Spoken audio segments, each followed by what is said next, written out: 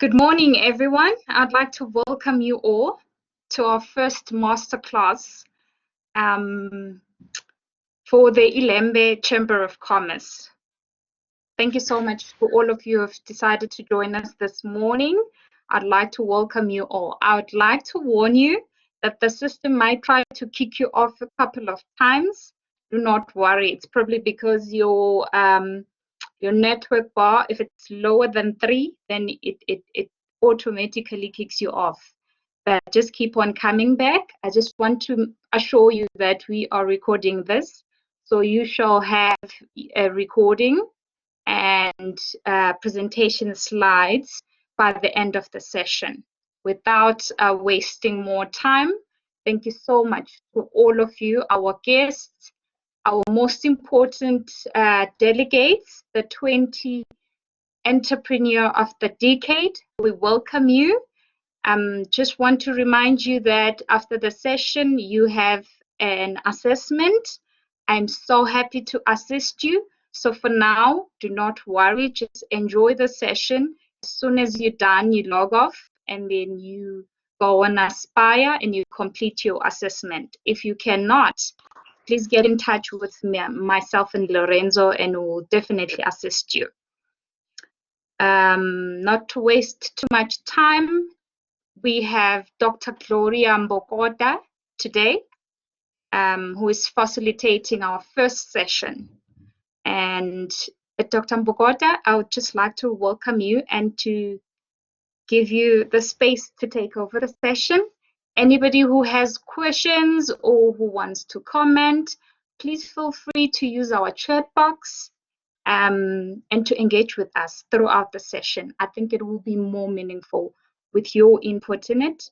And everybody, the rules of the session is everybody in this session today is a participant, and we are happy to hear your opinion, your ideas, your engaging. Thank you so much. Dr. Gloria?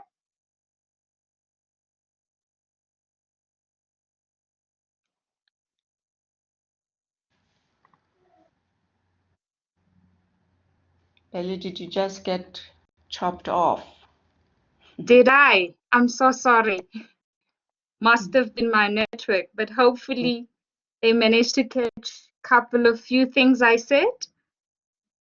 Yes, absolutely. Yeah, it's just the last few 2 sentences or so. Okay, thank you so much, Dr. G. Please take over. I had mentioned that everybody is a participant in this session, so we are happy and ready to engage with you.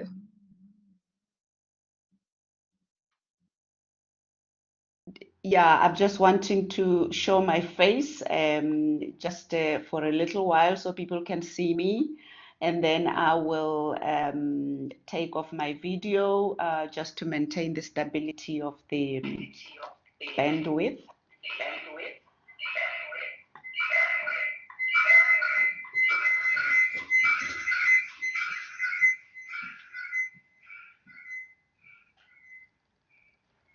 Okay. So I hope you can all see me so that at least you can see the face behind the voice. Dr. G, Yes. seems like your mic is so far away from you. Oh, okay. Yes, yeah. Can you hear me now? And sounds like you're repeating yourself. It's like you are logged in with 2 accounts.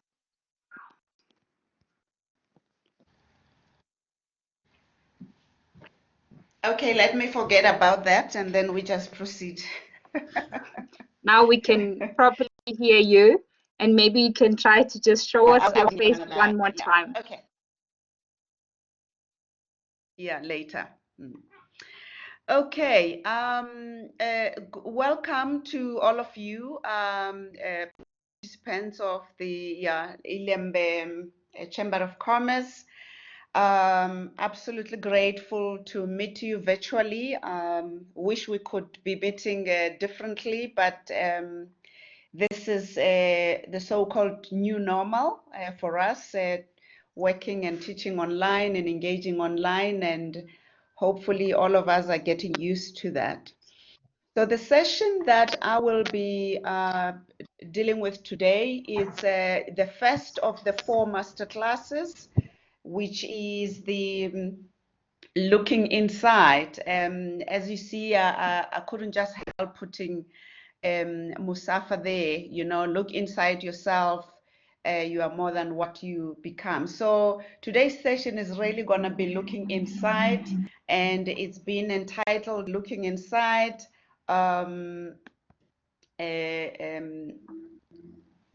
Specifically looking at the mindset of an entrepreneur. We're looking at resilience, and we're looking at personal mastery. The truth of the matter is that all those 3 topics are huge topics on their own. I can do the whole full course on just each one of them. So the Masterclass series really is intended to kind of introduce you, trigger your thoughts about this, and begin to give you something to think about, share some skills, begin to kind of channel you in some directions. And I'm also aware that all of us, having been through the COVID phase, there's been a lot that has been happening. And the question is, what mindsets are we at? How are we dealing with whatever the challenges that we've been faced with as a result of the COVID pandemic? So the masterclass purpose is to focus on those skill sets that are important for entrepreneurs to navigate the complexities of everyday life. And our complexity today is COVID, a pandemic, and how it has impacted on all of us. And of course, there are other complexities that come with that. And for each one of you, this will have impacted differently.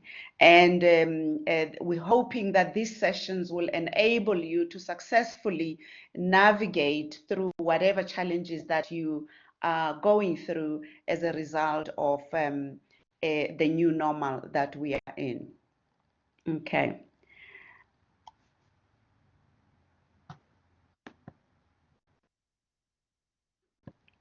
So the 4 sessions, I'm just giving you an overview of the 4 sessions, and I'll just zoom into the 1 session. As I indicated, this one will be focusing on entrepreneurial mindsets, resilience, and personal mastery, where we'll be looking at understanding the key entrepreneurial characteristics that will set you up for success as an entrepreneur, even under coming out of these difficult circumstances. Your next session will be on innovation and creativity, where you'll be looking at unlocking your ability to innovate for competitive advantage. The third session will be negotiation and decision making, where you'll be looking at guidelines for negotiating effectively and making informed decisions given your current context. And the next one, which will be the final one, will be looking at going digital. Unfortunately, we are in a situation where we have no choice but to go digital in terms of doing business. So looking at strategies and techniques to grow your business in a digital economy. For classes that we will be taking you through. So for today, we're looking at the first one. And as Mbali said, if you have a question, maybe you need some clarity, you can raise your hand. If you know that there's a raise hand function at the bottom, I can see that. And then you can then unmute yourself and ask the question, and then we can proceed. Or you can use the chat function. We'll try and monitor that as well.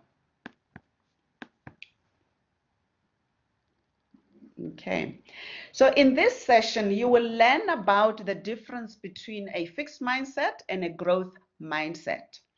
And basically, really what mindsets are all about, and then therefore, what is a fixed one and what is a growth mindset, and how each impacts on entrepreneurship, on you as a business person. You will also have an appreciation of the characteristics of resilience based on your own experience, and we will share some of those characteristics and look at how you can build resilience. When we go through rough times, economic rough times, even if it's just personal life times, there are certain skills of resilience that might help us to actually get out of it and survive, and not just survive, actually flourish. You'll also be exposed to aspects of personal mastery and how to develop such. So we'll kind of talk a little bit about what personal mastery is and how we cultivate those skills of personal mastery.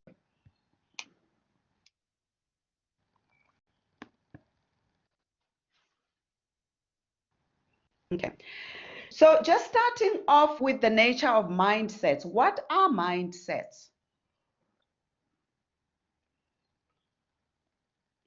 Mindsets are, okay, there's somebody who's raising.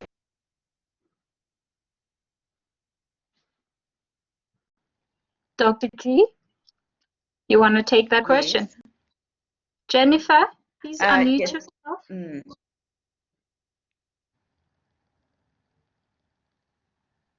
Jennifer? Okay, maybe it's a mistake. Okay, so I will go through the first set where we talk about mind.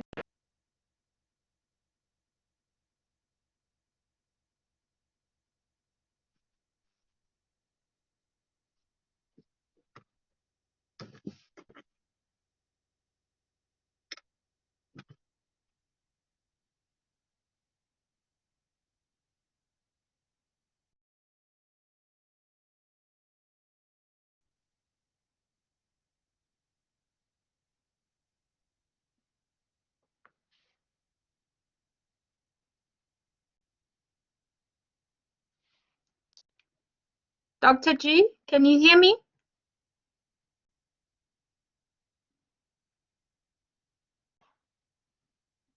Hello? Hello, I think we've lost Dr. G. I'm trying to get her back. Sorry about that.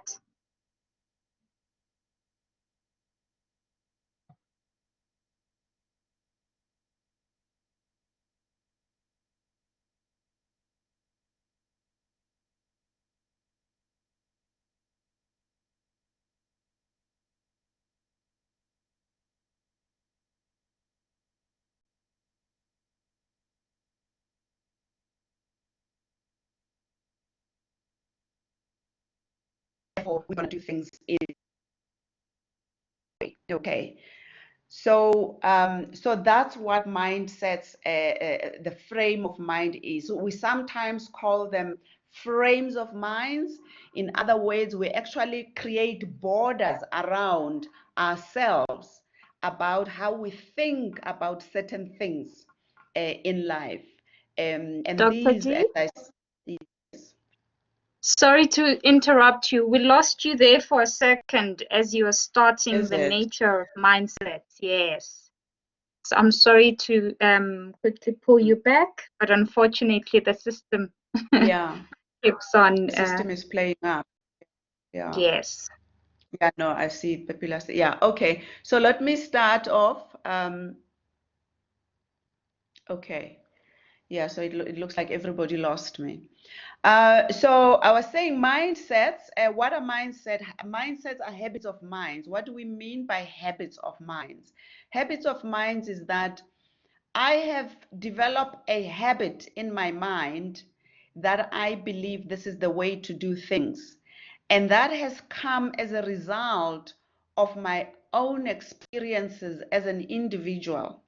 And these experiences come from the very beginning of where I was born, okay?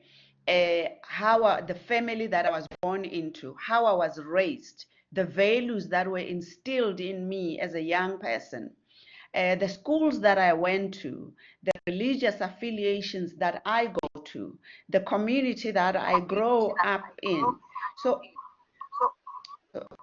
I'm getting a feedback. I'm not sure what that is. But can everyone hear me? Yes. Yes, I can hear you. Yeah. Can you Jennifer, hear if you me? can just Okay. mute I your also hear you. mic. Okay. Yeah, Thank can you. everyone mute their mic? Yeah. Okay, so I think I'm getting that feedback from somebody. Yeah. So we learn this habit of mind through life experiences. So when you went into business, there are certain things that you have been taught as well to say this is the way to do things. And you have come to believe that those things are the correct way to do life or to do business. And unfortunately, sometimes when these now become a coherent body of experience, they also create blind spots because we can't now see a different way of doing things. We would like say, this is the way we do things. This is how I've always done it. This is how it always works, you know. So sometimes it creates blind spots. Sometimes they can be self-deceptive because somebody can come and say to you, hey man, why are you not changing your business and doing it this way? You'll say, oh no, but I've been doing it this way. It works, you know. And it's self-deceptive because this is the only way you've only known how to do a life. So it shapes your life, it shapes your worldview. But the thing is, if you stick and stay there, that's where resistance to change actually comes in. Mindset in terms of resistance to change. Exactly. My way or the highway. Okay. So what is actually a definition of mindset? And academically, this is how some of the people have defined an entrepreneurial mindset. It is a constellation of motives, skills, and thoughts that distinguish an entrepreneur from a non-entrepreneur. So there are certain things that entrepreneurs definitely would have that people who are more tuned to, I want a job, I want, you know, would not have. So they contribute to your entrepreneurial success. So you probably have that as an entrepreneur. It is a way of adaptable thinking and decision making in a complex and uncertain and dynamic environment. It helps you to think in a particular way and make decisions in a very complex and a certain and a dynamic. So you are able to actually adjust yourself to dynamic. And I'm looking forward to hearing from you as we engage later how you've navigated yourself around the COVID situation. So there is what we call the growth mindset and the fixed mindset. Let's talk about the fixed mindset. Think about an entrepreneur. I have actually a story from a guy that his name is Mr. Marshall. He inherited a business from his father. You know, township. In those early days of our lives, I grew up in the 70s and 80s. That was my youth. And there was this vibrant shop at the corner, a supermarket that was run by a family, and it was doing exceedingly well. And then the guy died, the owner died, and then the younger, one of the sons took over. And after they took over, nothing really changed. You know, generation goes, we go through the 2000, very little change happens. The person, the owner just does exactly what his father did because that's what he knew. That's probably what his father taught him to do. So there's no improvements. There's nothing that changes. It's still the very same thing. You get the very same kind of groceries and all of that. And ultimately, because he's not changing his mindsets and adapting to the new environment, the shop begins to diminish. it really begins to diminish and it's not doing well. And yeah, it kind of just becomes an empty building, which is not very successful.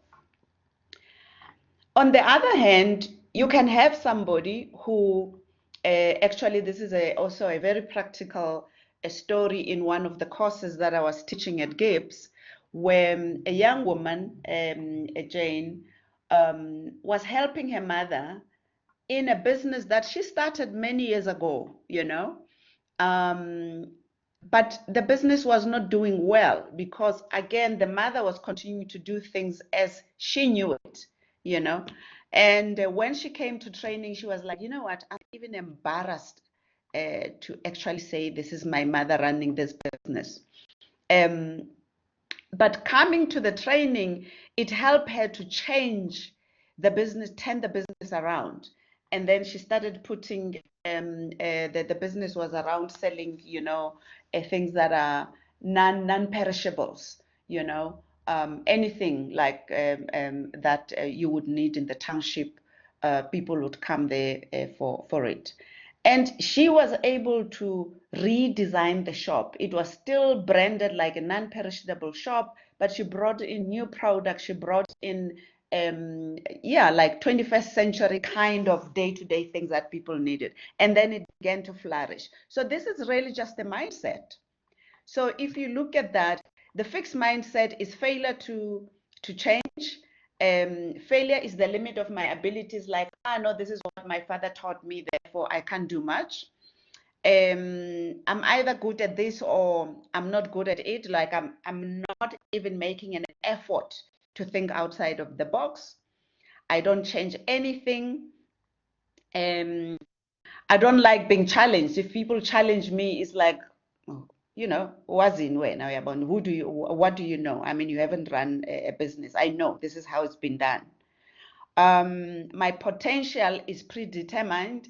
So if you have a fixed mindset, you might think, oh no, me, I can only think this much. No, there are other people that are, if you're looking at successful people, people that are more successful than you might think they have more abilities than you. You limit your own abilities. And of course, when you get frustrated, you give up. When people give you feedback, you take offense. You see it as criticism, and you just stick to what you know. And that's really what kills businesses. And I grew up in Soweto, and I go to Soweto now, and I see how the black businesses or the entrepreneurs of the 80s and the 70s are just dead, because people have failed to move with the times. And yes, there are other contextual issues that we need to think about, like, okay, now there's Pick n Pay in the township, now there's Checkers in the township and all of that. But the Pick n Pay and the Checkers is not owned by people in the community. So those are the things that we need to be thinking about, to say, why have we allowed that to happen in our own communities? Because we've remained with a fixed mindset.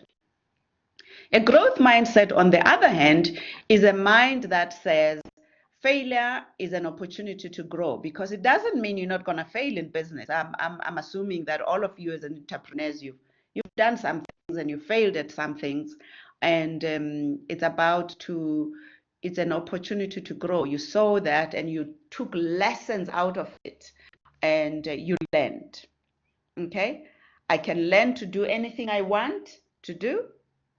If I get challenged or if I hit challenges, it actually helps me to grow. My effort and attitude determine my ability, so I don't limit my abilities. I actually look and say, okay, I'm going to put more effort, I'm going to learn more, I'm not going to limit my abilities. When I get feedback from people, I see it as constructive. I see it as an opportunity to learn. And I'm inspired by the success of others. I don't get jealous. So if I see somebody who's doing better, I want to go there and find out, how do you do it? How can I learn from you? And then you kind of stretch yourself and want to do new things. So that's the mindset we want all entrepreneurs to have. And there's also skill sets and trades. And these are just the summary of them. So the trades are that of independence.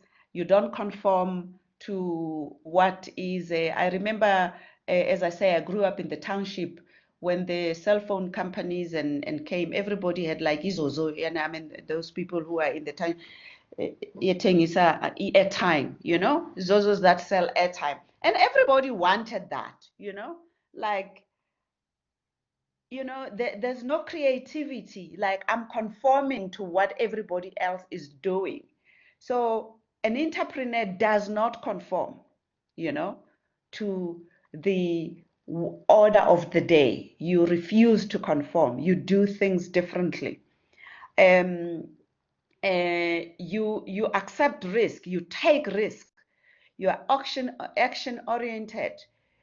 You don't prefer yourself to be limited to a particular structure. You've got passion and you have that need to achieve. Okay, so the skills are that you are focused, you generate ideas, because that's where creativity and innovation comes in. You focus on execution, you're self-confident, you're optimistic, you're persistent, so you're not actually bogged down with challenges as they come into you. And there's that interpersonal sensitivity, and the interpersonal sensitivity is very important, because for any business, if you have a big dream, if you have a big, it's hard, it's very, there is no way you're going to do it on your own. So you're going to,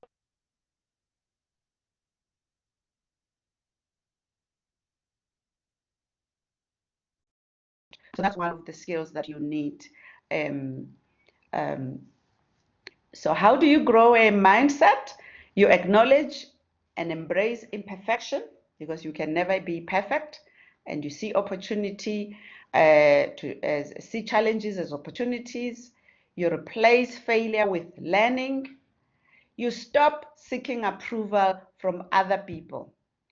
So, you know, there will be those people who will tell you, who the hell do you think you are? You know, so you don't need to get approval from other people. If you set your mind to something, just go for it and get on with it and do it. Value process over the results. So successful businesses did not just come overnight. You know, there was a process, and the process is often hard work, sleepless nights that people go through. Also emphasize growth over speed. It's not the speed of accomplishment, but is also the that you need to appreciate. Develop a sense of purpose, and we'll get back to these aspects when we get to the personal mastery aspect, because there's a very close relationship, having this attitude of growth, having a bigger purpose of why you are doing the business, why you are an entrepreneur, more than just making money. So yes, you want to generate revenue, you want to generate income, but if your focus is only the money, then you might suffer and not really grow a big business. You need to have a much more bigger purpose for your business than that. Take time to reflect, or take time to rest and reflect on what you're doing, so that you can evaluate whether what you're doing, where you're going in the right direction, what you're not doing right, what you're doing right. And learn from the mistakes of others, instead of just punishing people for the mistakes or fearing that you will make the same mistakes.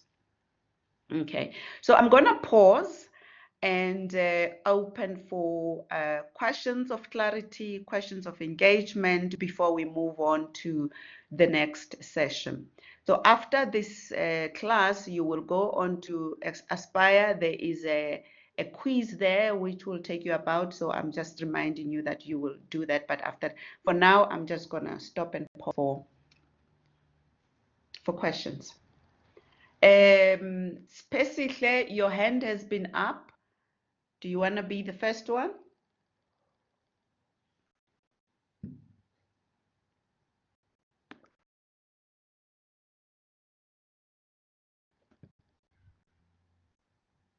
I see Spesisha's bar is she only has one bar, so chances are Yes. she either has a difficulty or she raised her hand by mistake.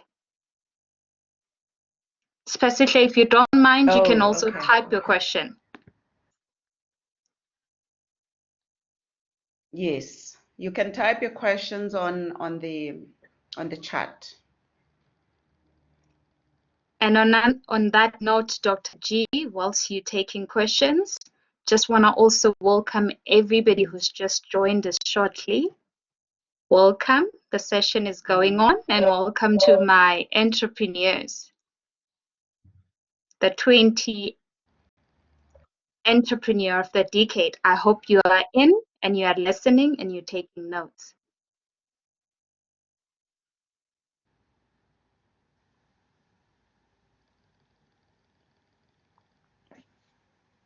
Okay, Catherine. Catherine, you have a question?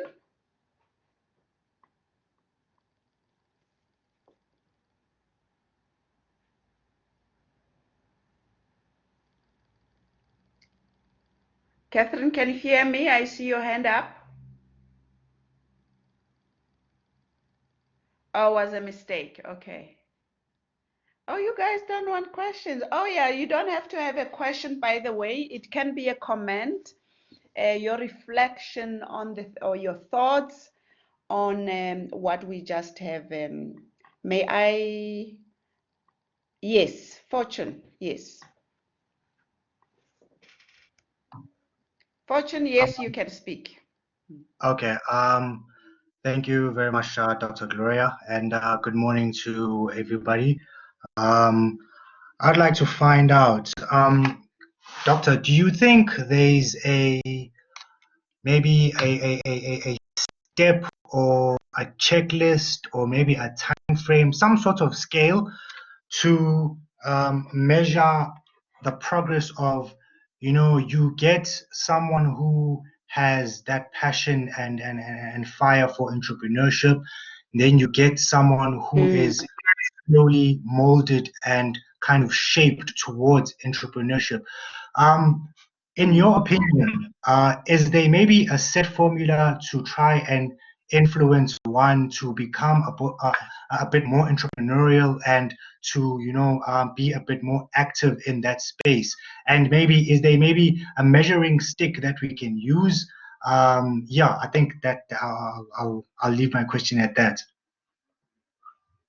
Okay, okay.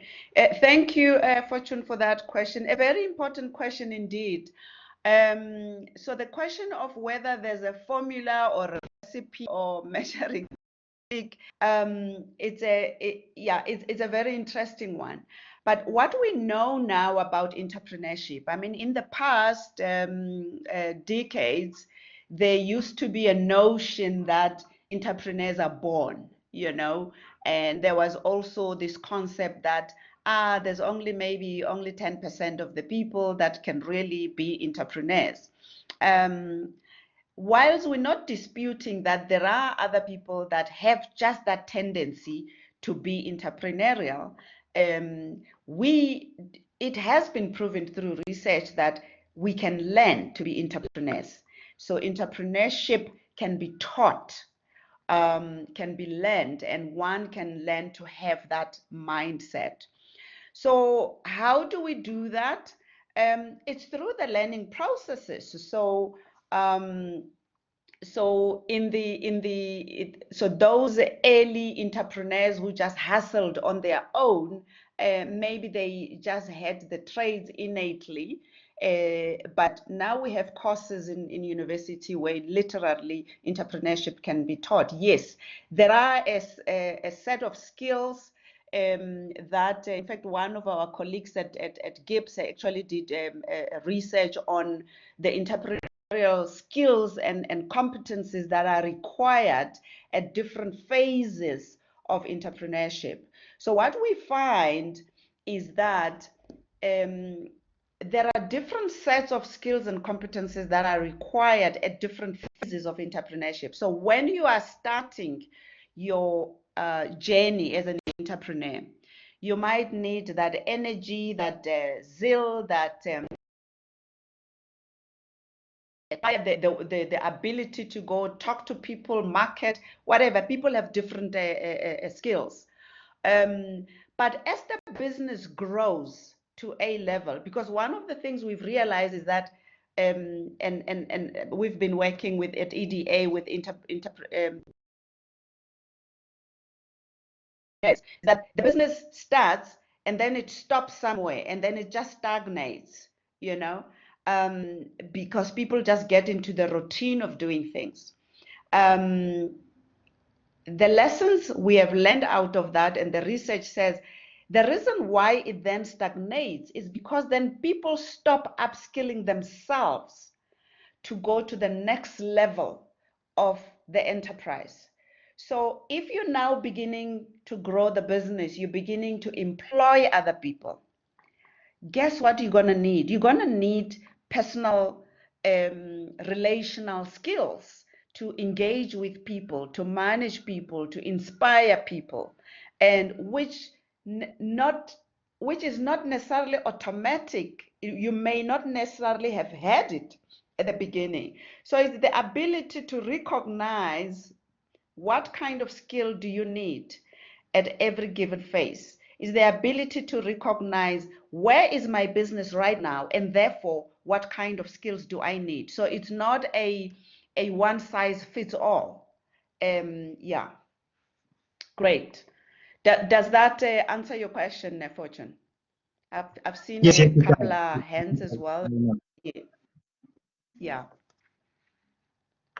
Yes, we have. Jane. Yes.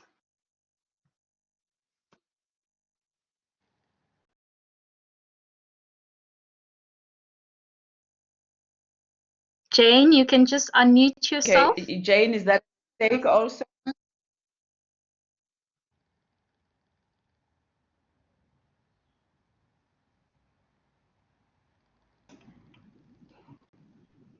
Okay, I think that was a mistake from Jane. Okay, please unmute yourself. There's a question from Divesh. Okay, go ahead. Go ahead, Jane.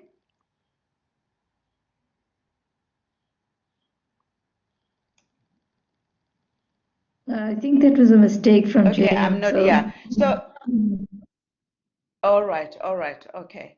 So Diveshni, I hope I'm I'm pronouncing your name correctly. Her question is there a study or article published from the research that we can access? Sounds right. Yes, there is actually one of our own, Dr. Anastasia Mamabolo. She has published a few articles on that. So if you do they have access, Mbali, to our library? No, but I do have But access to otherwise, their behalf, so I can send them. yeah. So you can just access Anna's study on the skills of entrepreneurs at different phases of entrepreneurship, and then you can send that to them. Okay, great. So Jane is saying she's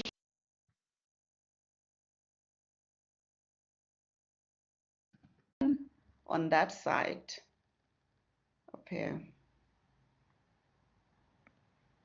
Okay. Okay, so Mbali will send you the articles that you can read. From the one or two articles, you can then get other references because at the back of each article there will be a list of other references that you can then go to. Okay, that's how it works. All right, so can we move on to the next slot?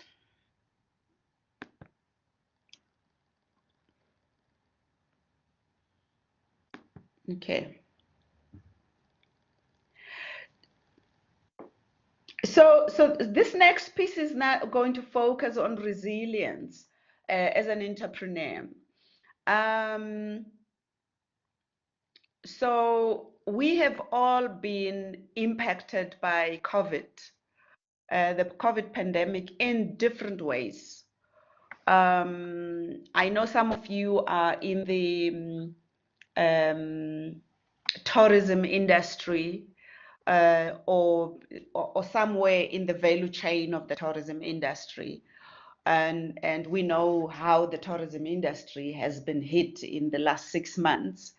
And yeah, I think I just thought for a minute we can just reflect on what that is, because I think for me it's really just a conversation I want us to have, but you have it with yourself first.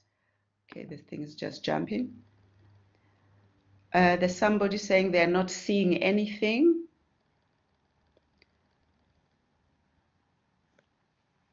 Okay, so let's just start with what resilience is. Can you all see the slides?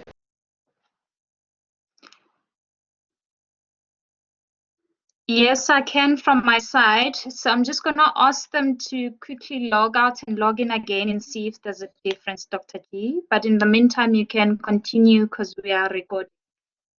Yeah, I'll try okay. to assist them on the side. Yes. Yeah, okay. All right, yeah.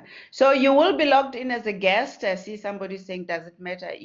All of you are probably logged in as guests, so not to worry about that. Okay, yeah. So if it does bump you out, just log out and log in. The session is being recorded. You will have the recording. Okay. So what is resilience? I mean, a common definition of resilience is that it is our ability to adapt and bounce back when things don't go as planned. And nobody ever planned that COVID will happen. We didn't see it coming. And the question is, to what extent have we been able to adapt? And I can't even talk about bouncing back since we are still in it. So the question is, how are we adapting to the situation?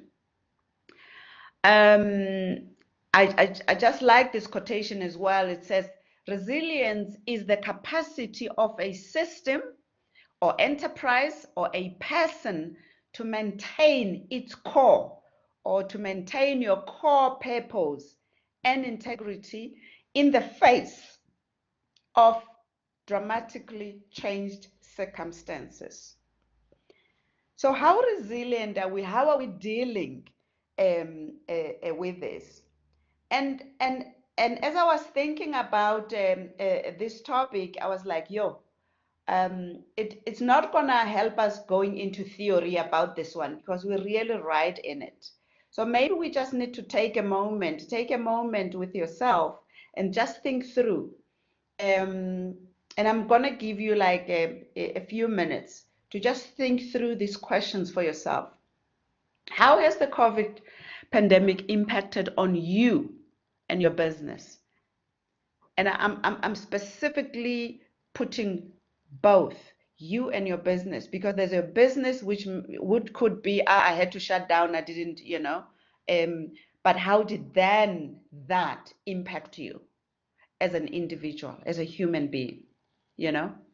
What are you finding that it was easy to go? What were you able to cope with? And sometimes we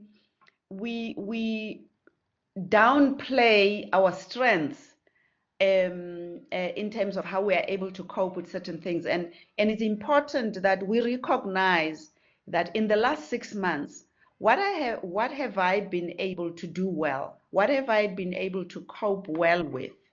And why was I able to cope well with that particular thing? Because that indicates certain characteristics, certain strengths that you have, a certain mindset that you have that has enabled you to cope with that. And we need to highlight that. Often we tend to focus on the weaknesses and areas of development, and we don't really focus on our strengths. And as a coach, I also like that people focus on what they are good at, because then you can take advantage of that and deliberately use those skills to be able to manage in other contexts. So the third question is, what are you finding difficult to cope with right now? Or maybe in the last 3 months? Yeah, we started to open up slightly in the last 3 months or so. So what are you finding difficult with? What are you really grappling with, you know, as yourself as an entrepreneur? And this is where I want you to take a moment and write down what you have learned from experience about yourself. Just jot down a few points, maybe 2 or 3 things, like 2 or 3 key things that you've learned. It can even just be one, you know, one thing that you've learned out of this whole experience in relation to you, in relation to your business. And how can you use what you have learned to build your business moving forward?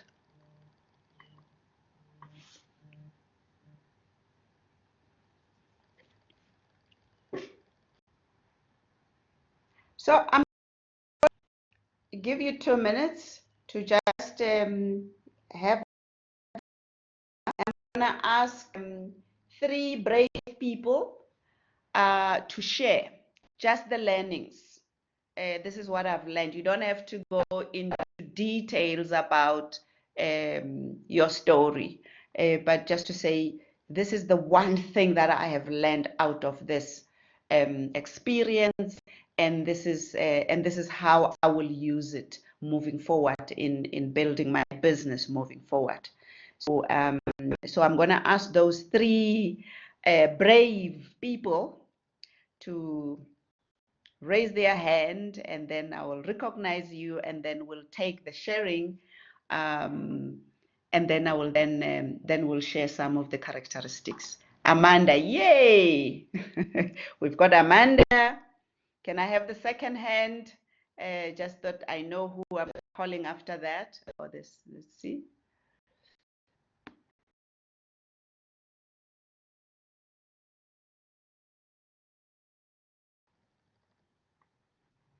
Amanda, go for it.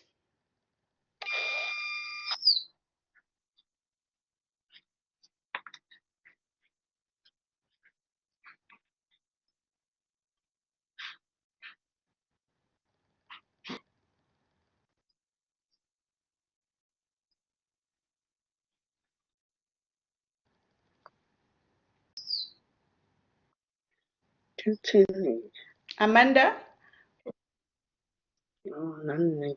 Oh, wait. I'm not too sure how to chat. How do I chat? We can hear you, Amanda. You can speak. Okay. Yes. So yeah, the 3 things that I've written down were I refuse to give up. So for me, there was absolutely no chance of us failing, which I thought was I think is really important. That was my first thing. So we had to find a way out of this situation. So we closed for a number of weeks. I make ice cream. We've got 2 stores, and I refused, mainly for my team, to be honest. To begin with, I refused to give up because I refused to give up on my team because they needed me. And the second thing I've realized is I can think on my feet. So we had to. Everything changed on a daily basis. So things were fluid, and we might plan something today and tomorrow it would change. So we had to have the ability to think on our feet. And hand in hand with that, the third thing is that I'm adaptable. And all of those things I was a little bit unsure of before. But for me, COVID has been a real positive situation. We've managed to keep afloat, and we've taken it as a time to assess what works and what's not working, and come back stronger. Absolutely. Thank you very much. Great. Yeah. So what you've learned, you refuse to give up. You've learned that you can think on your feet because you don't know what's coming next. And you've also Absolutely. confirmed that you're actually adaptable. So it 100%. has actually been a positive thing because those skills now you can use going forward. 100%. Yeah. Well done. Thank you. Yeah, great. Thank you, Amanda. Who wants to go second? Good I can morning. go. Okay. Morning. Who's that? I still Hi. can't hear. Good morning, mentors. It's Ashika Singh. Darling, I'm on a call. Okay. Thanks, Ashika. Okay. Good morning, all. Yes, I want to say that the environment, COVID, has taught us a lot. Yes, we had to put in force protocols, but personally, it's been a positive one for the business. We had to be adaptable, well, dealing with customers from around, new and old. So it was actually traffic, and we had to bring in new systems like, quick mini drive-through, cordless touch card payment systems, taking online calls and orders, and main thing, restricting intake of the flow into the store. So it was a very positive one.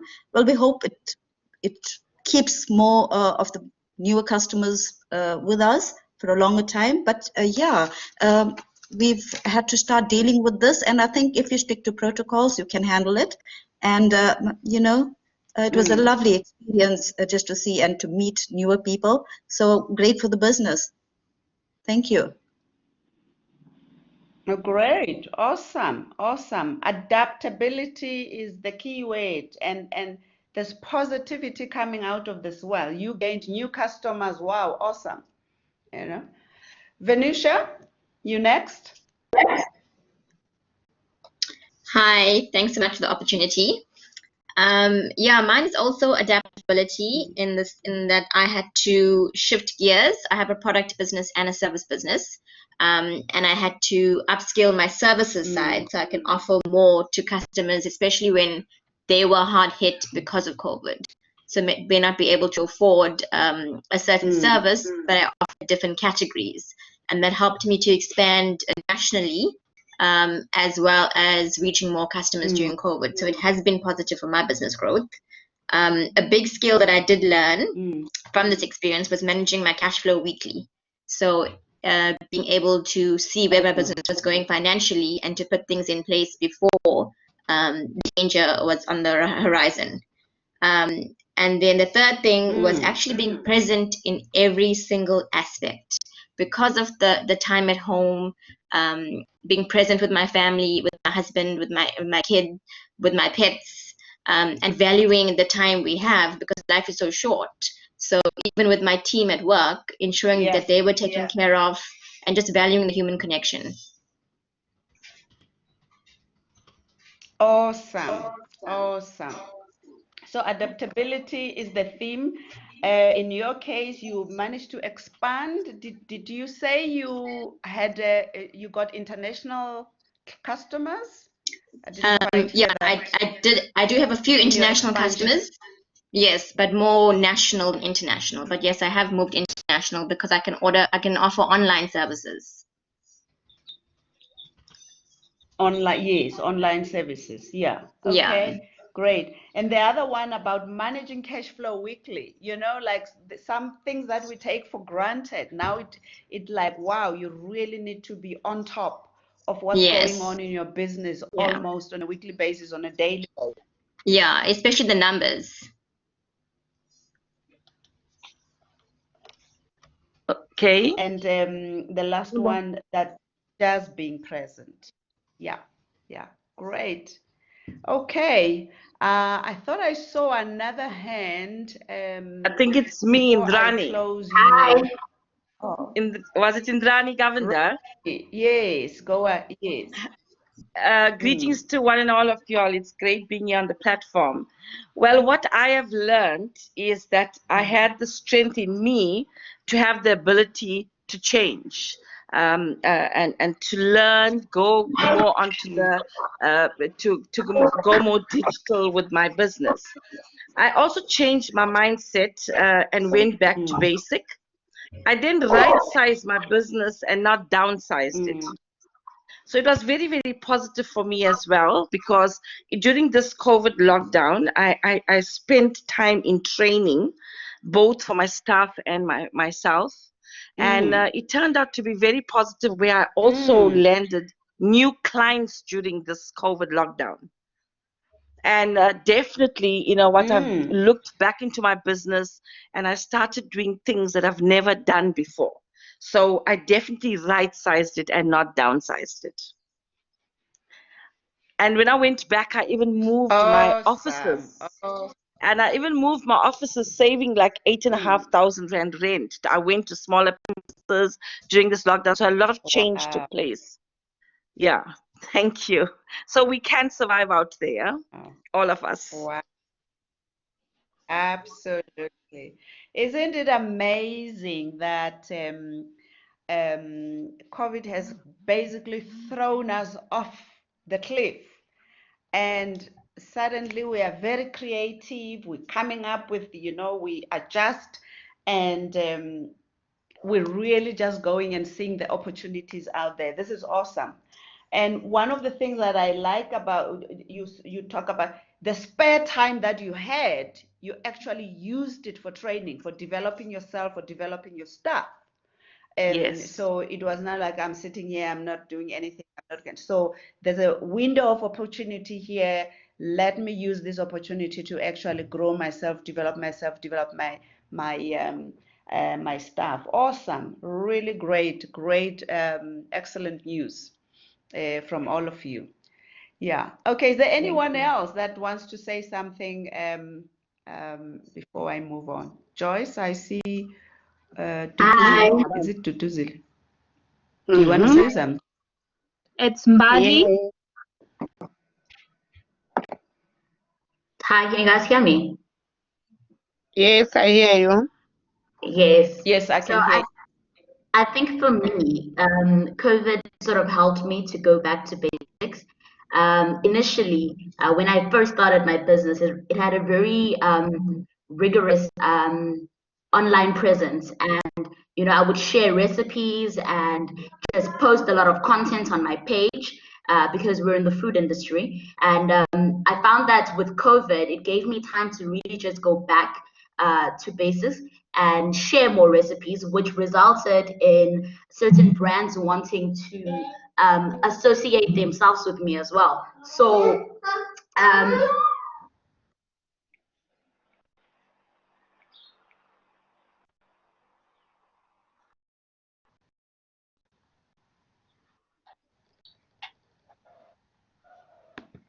Okay, I'm not hearing anything. I don't know whether it's just me.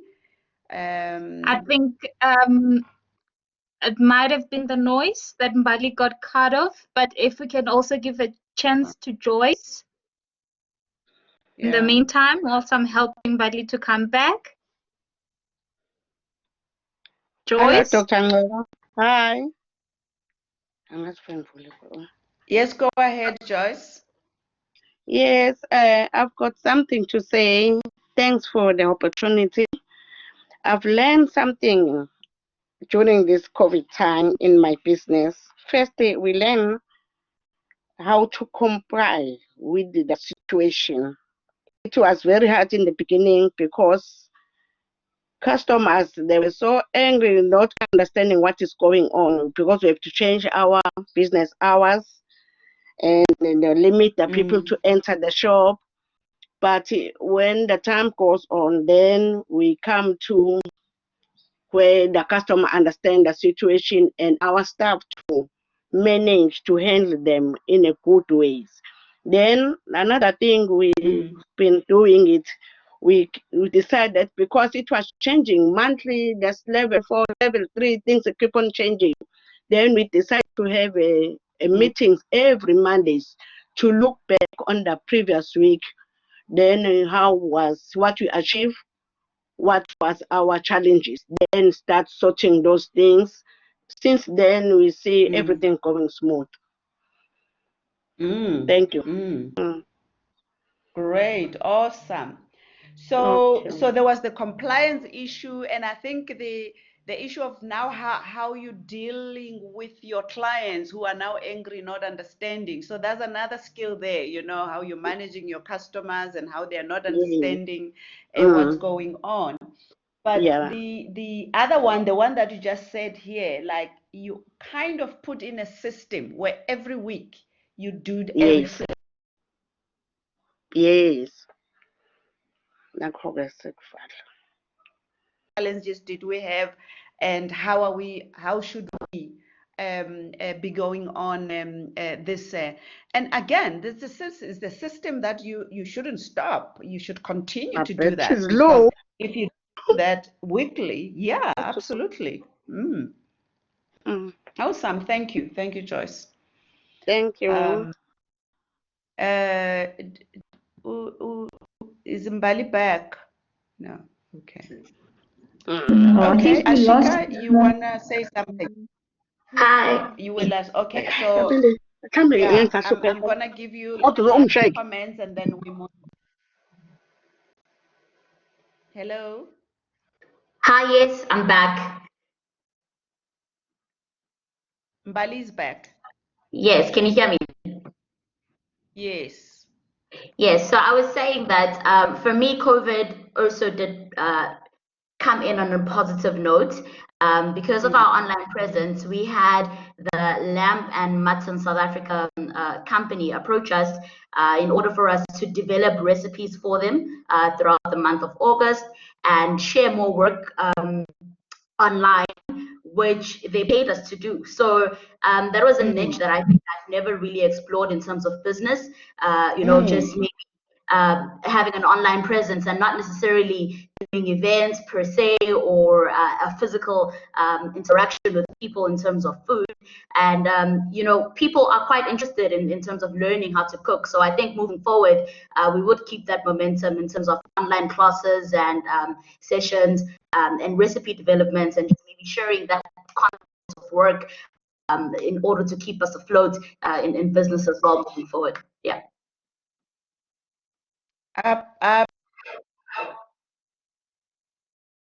Great, because obviously everybody's appetite for online stuff kind of had to grow because there was no other option. So you took advantage of that. Well done. Well done. Okay. Ashika, do you still want to say something? No, I'm good. Thank you. Okay. Okay, thanks, guys. Thanks for sharing. That's really awesome. I'm hoping that you're learning from one another in terms of all these ideas that you've just shared, which were presented by the opportunity. So COVID basically created an opportunity for most of you to learn, to do things differently and all of that. So these are some of the characteristics, and I think the stories you've shared will kind of, reflect in these as well. So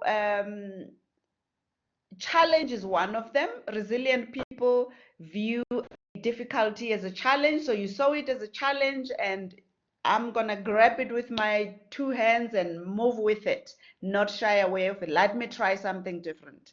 Commitment, resilient people are committed to their lives and to their goals. So you can't just all of a sudden dump your goals because now we have lockdown. You have a goal, you have a vision. I'm going to look at different ways of doing it. Personal control. Resilient people spend their time and energy focusing on situations and events that have their control over. Exactly. And that's what most of you did. You had no control over the regulations. They were put on us. But you said, I now have this time. I'm going to spend more time online, design my online courses, or I'm going to use the time to get new clients, or I'm going to use my time to develop myself. So focus on those things that you have control over, and you've done that. Most of you, I have seen you, Lianka. I hope it's not a mistake. I will get back to you when I finish this slide. Optimism. Resilient people are optimistic, and they don't really see bad events as permanent. They see them as temporary. So you're obviously looking at, when I get out of this is where I'm going to be. There's pervasiveness. Resilient people don't let setbacks. I think it was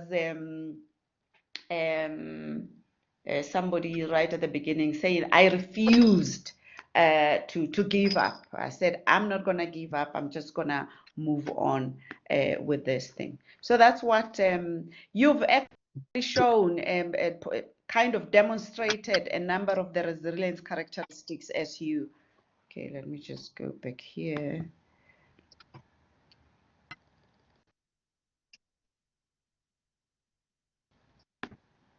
Okay.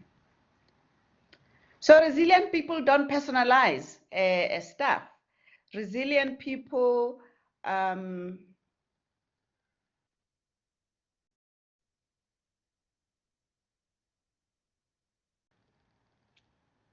they have a positive image, and I'm just so impressed that all of you, well, most of you, those who shared, there was a whole lot of positive things that came out of this whole thing, and that is because you have solid goals. Resilient people are also empathetic and compassionate. You were empathetic with your clients and compassionate, and had to have that understanding what's going on whilst you're trying to deal with lockdown regulations. So those are some of the characteristics which you have portrayed. So it's really just to recognize them and begin to use them intentionally to build more resilience. How do we build it? In case you're struggling, take care of yourself. There's somebody who mentioned the fact that they are appreciating the present, being present with their families, being present with their staff members, and just taking care of yourself is important, because without you, there is no business, you know. Simple things like getting enough sleep, exercising, learning how to manage stress. Taking care of yourself is your number one skill of building resilience. Practicing positive thinking, not thinking, we're all doomed and all of that. Changing the way we think, learning from our mistakes and failures, and choosing how we respond. And I'm sure COVID has taught us how to respond to these things. The reality is that we woke up one day, there was lockdown, there was an instruction. Yes. Everything. Okay. So resilience is knowing that you are the only one that has the power and the responsibility to pick yourself up. You can't outsource that department. If you're running a business, you are the only one that has the responsibility to do that. It's really knowing that. Okay. Yeah. But it goes with being smart, developing smart goals, and making sure the whole process of setting up a process of reflection and looking at what we're doing right, what we're not right, and setting goals continuously, and making sure that you're still focused on what you need to do. So when we learn how to become resilient, we learn how to embrace the beautifully broad spectrum of the human experience.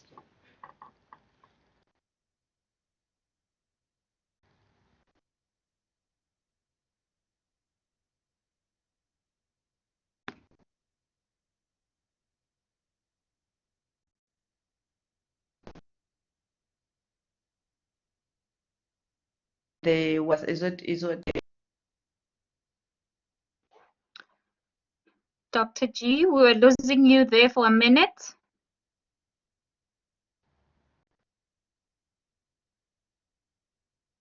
Leanka, am I pronouncing the name correctly?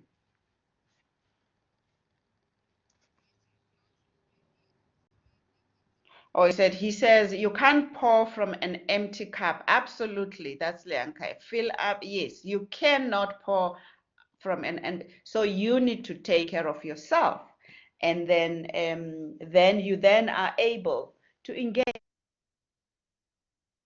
effectively with your customers. But if you are empty, where is that gonna come with? That's where you really have experiences that are not resourceful.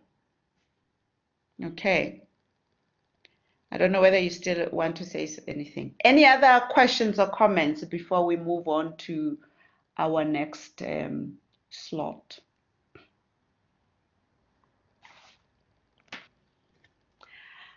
Oh, Mbali, we're supposed to take a break. How long should it be?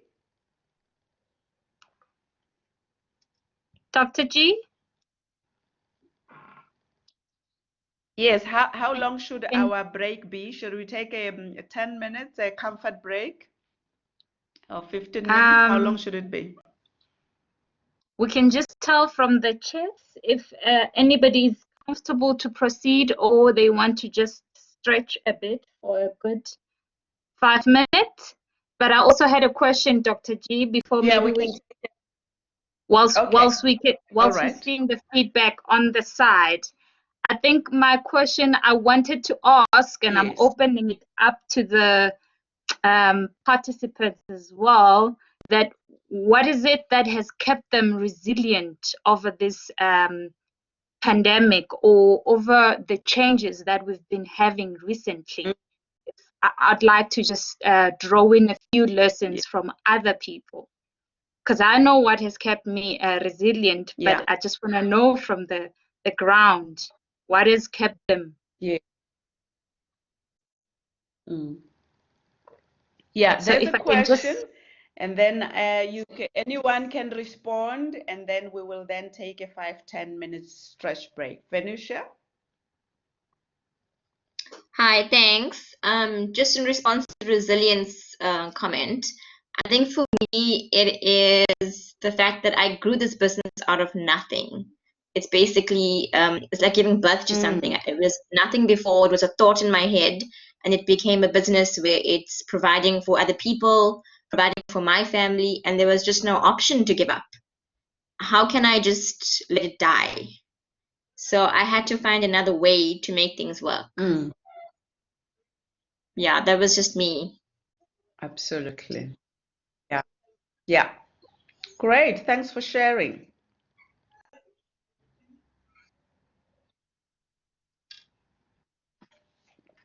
Anyone else? Hilda? Hi, everyone. Thank you, Dr. G. I think for me is deciding not to give up. You know, having to think of where I came from with the business from day one.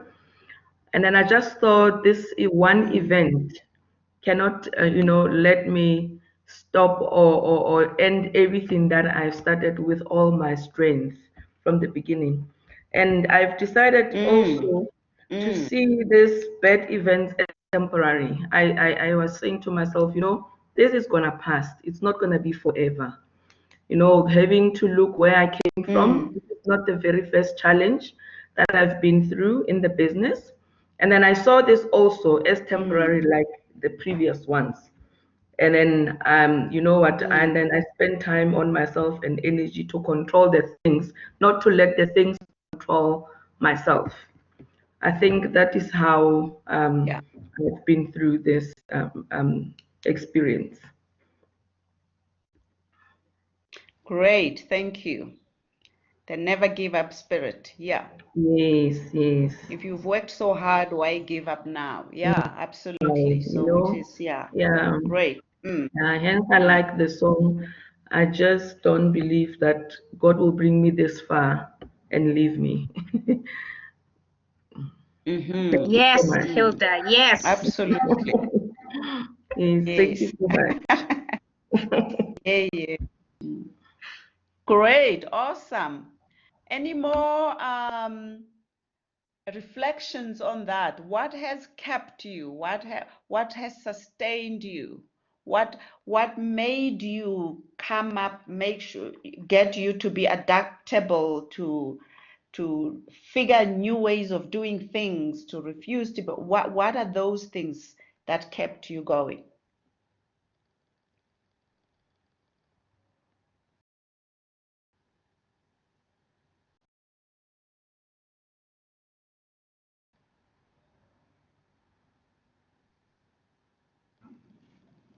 Okay. Yeah, so okay, faith and a mindset kept me go great. Yeah. So yes, absolutely.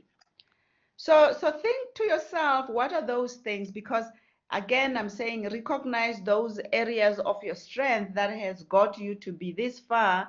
Therefore, um, uh, as you continue, because we're not over the trials of the COVID pandemic as yet. So there's still going to be hardships. The economy is not doing well. We hit a minus 50 something % growth in the last quarter. So things are not going to be as honky-dory as they used to be. So we're going to need those skills, we're going to need that attitude to keep us going for even longer. The next 2 years, they say, we're probably going to still be in the setup. So you need to be picking up on those and learning and also sharing with one another. I mean, you are a network of entrepreneurs, and you can learn a lot from one another, and how you can use the platform that you have to actually keep yourself going. Okay. My love for business keeping. How awesome. That's great. Absolutely. Yeah. Okay. So let's take a 10 minutes comfort break. So whatever your watch says, be back in 10 minutes. So you can go grab a cup of coffee, go refresh, and then we now gonna look at personal mastery. Joyce, do you want to say something?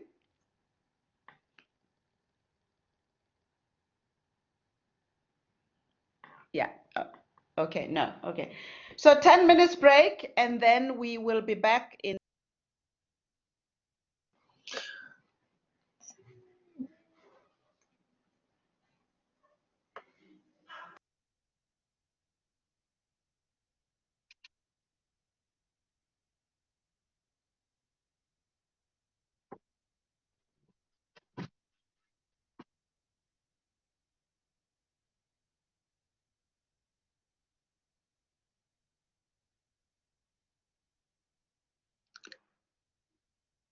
Dr. G, I think we should be back exactly at 1/2 past. I see it's almost 20 past. But I just wanted to say, if you can, don't leave the session. Just switch off your mic and video and do what you need to do, so that you don't struggle to come back.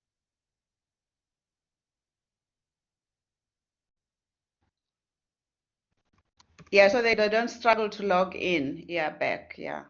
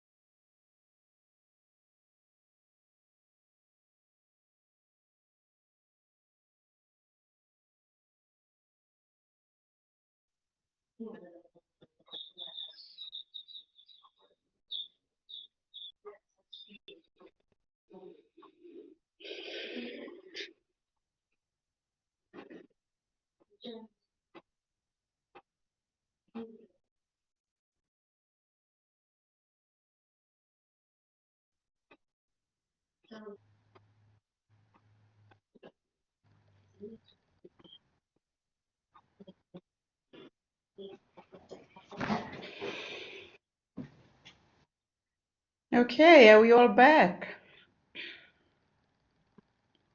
Yes.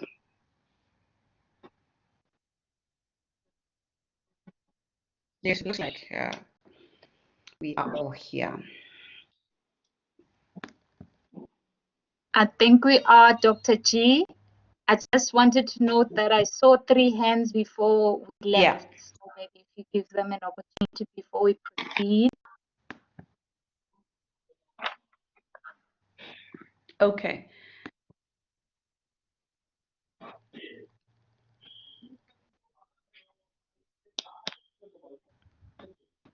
All right, so we're moving on to the personal mastery aspect of today's session.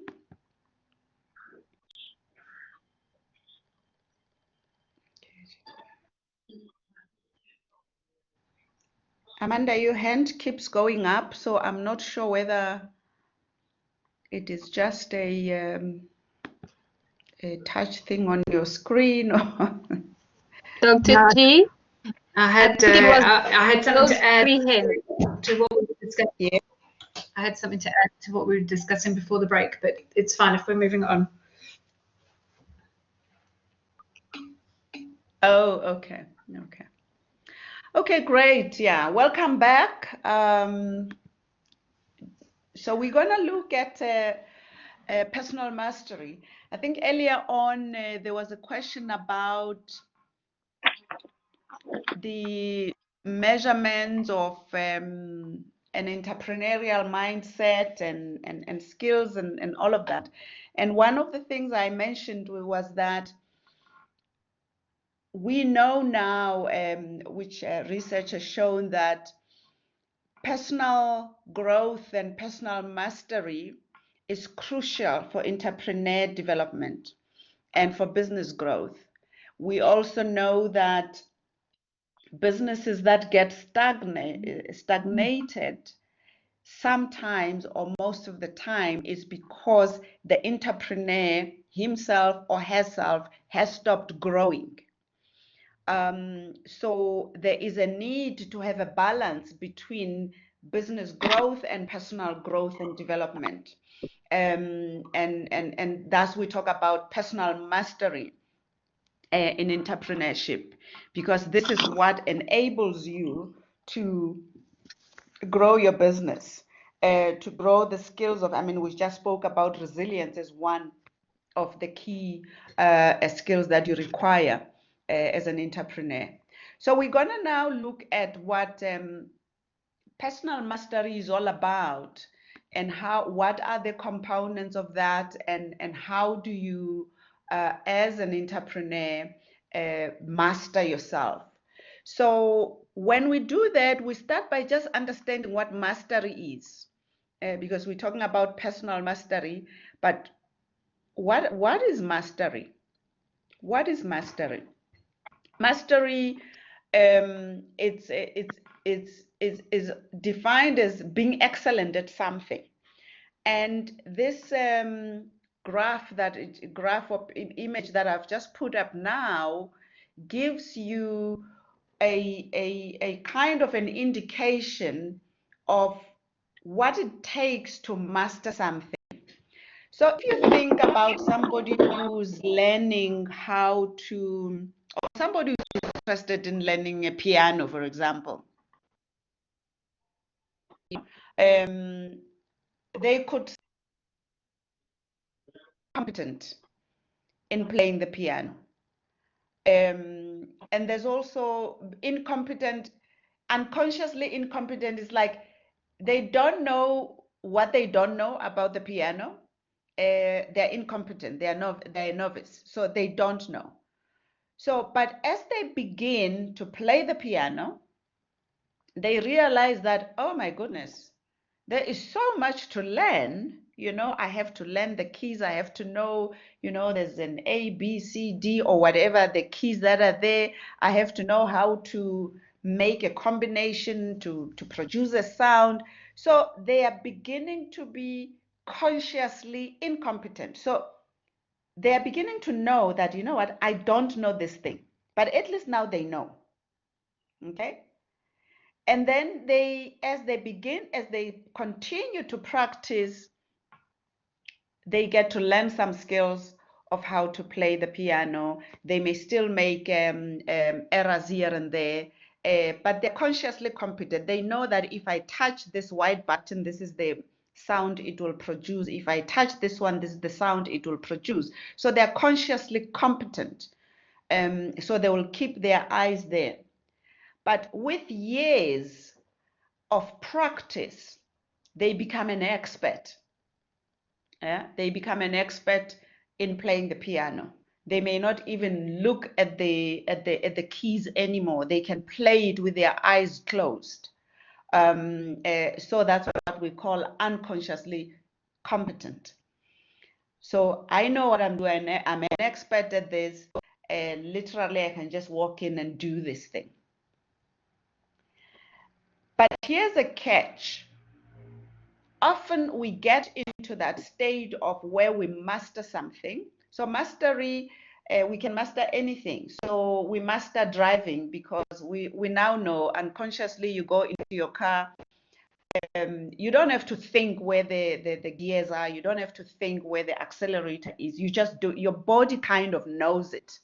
So you are unconsciously competent driver. But the difference between being an expert and being world-class master is that you don't go into a state of complacency. So because often when we reach that stage of competent, sometimes we get lazy, we can just think on our feet, we can just do these things because we know them. And that robs us from being the master, world-class master. What distinguishes an expert from a world-class master? You don't become complacent.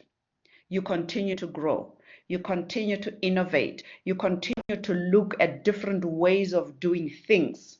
And then you can stay at that mastery level. That's what mastery is. We start at incompetence and then we move on. And you can do that with any area of your life. It could be you want to be a good golf player or soccer player. You want to be a good writer. You want to master writing. So any aspect that you want of your life would go through that process. And if you want to master something, you need to have the patience to be able to get to that level and not be complacent about the work that you do. So if it's customer service and you really want to be a master at customer service in your work, you can't be complacent about it. Okay, so that's what mastery is all about. So what then is personal mastery? So Peter Senge talks about it as a discipline of continually is the key word there as well, clarifying and deepening our personal vision. And I want you to anchor that word for yourself, personal vision. You can have a business vision, but you also need to have a personal vision. And when your personal vision and your business vision align, you are really at your best. Personal vision of focusing on our energies and developing patience and of seeing reality objectively. So this is what personal mastery is about. It's about purpose. We spoke about purpose earlier on. It's about making sure that you're continuously working towards that personal vision and focusing on focusing your energies on getting it done, whilst you are obviously looking at what the realities are. And it goes beyond just competence, as I said. It goes beyond.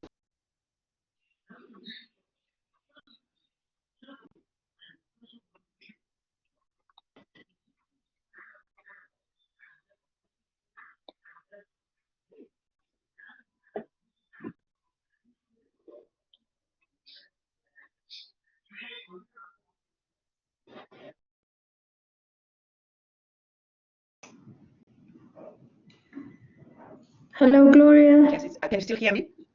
No, we lost you for a few minutes. Can you Yes. just repeat? Okay, yeah, I saw that, yeah. Mastery. Continually clarifying and deepening our personal vision, of focusing our energies, of developing our passions, and seeing the reality objectively. So it goes beyond competence and skills, even though it involves them. It's really about wanting to be better, doing better in all areas of your life. With a high level of personal mastery, people live in a continual learning mode. So we are continuously learning. They never arrive. So if you are mastering yourself, it is also called self-leadership. You never arrive, you never become complacent. So when you reach a particular goal, you want to do something better. And yeah, personal mastery is not something you possess. It's not like I've got it, I've arrived, I have this, I got this. No, it is a process. It is a lifelong discipline. So you're continuously growing with that. Okay. So Goldman I have identified 4 areas of personal mastery, which he actually calls emotional intelligence. The first area is knowing self, knowing myself. So knowing yourself has to do with self-awareness. It has to do with understanding your strengths, your weaknesses, your talents, your gifts, your competences, things that you don't like, your passions, really knowing who you are, your identity, your characteristics, all of that, understanding who you are. That's one part of personal mastery, because if you don't understand that, then you are not able to even deal with the social aspects of personal mastery. So the second part of the self is self-motivation and self-management. So I can know myself, I can know my weaknesses, I can know my strengths, but I may not be able to manage myself, self-management, self-discipline, self-motivation. So the extension of knowing self is the ability to manage self, to understand that if one of my weaknesses or my strength is really just telling it as it is to people, I also need to have the sensitivity to know that having the ability to tell it as it is might hurt people, might cut, I may step on people's toes when I engage with them. And therefore, I need to manage myself to know how I communicate with people sometimes. So I may need different ways of engaging in order to make sure that my communication, how I express myself, how I present myself to other people is effective. Okay, so that's the self part.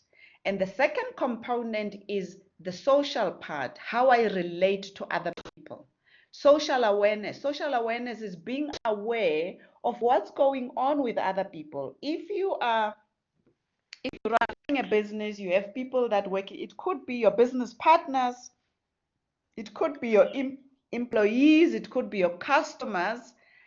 It's that ability to be aware of what's going on with them, emotionally, physically, whether they're angry, whether they're happy, and then being able to be of service in a way that you need to be of service to them as a business person. And therefore, how do you relate with those people, whether it's your customers, your suppliers, your employees, your relationships at work, and how you manage all of that. So it's being on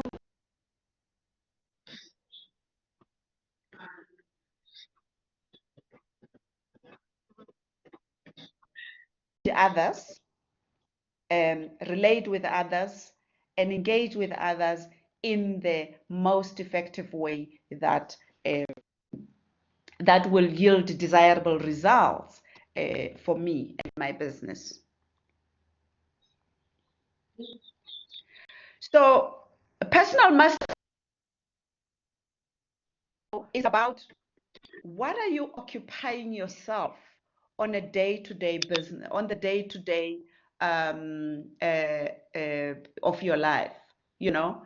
Are you the kind of person that is reactive to things? If we use the COVID pandemic and the lockdown, are you just reacting to the stuff that's been told to you? You know, you are now in lockdown level 2, you are now in, you know, or are you being proactive to say, this is the situation, how do I master the situation? How do I engage and begin to look at what are the different ways of engaging and doing this thing? So a proactive mindset gives you that ability to master yourself, master the situations that you find yourself in.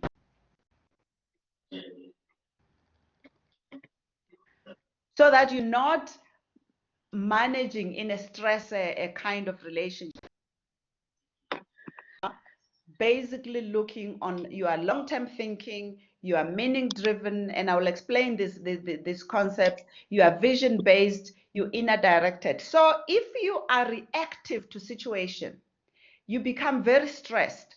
You focus on short-term solutions.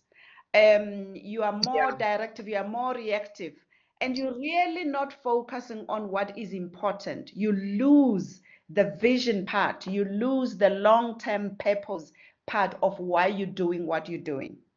But if you are on top and mastering yourself, you engage with the vision, you are long-term in your thinking, your life is meaning driven. It's not driven by the activities that you see today, and you're driven from inside. Yeah, absolutely. And when you are in that stress, it's really fighting. It does not work at all. Okay. So what I want to challenge you to do in the next few minutes,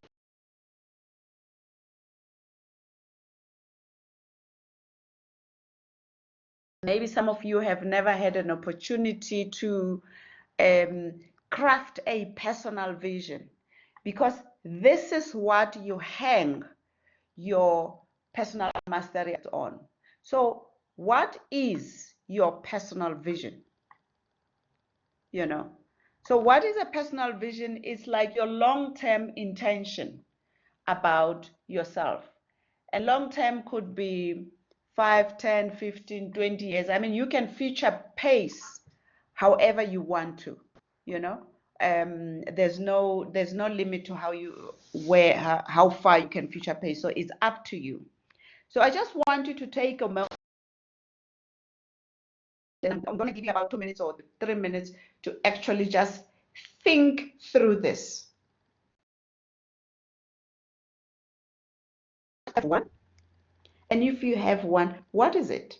Just challenge yourself, write it down somewhere. I hope you have a pen. And I just want you to take that, the next 3 to 5 minutes and really just write it before I move on to the next slide.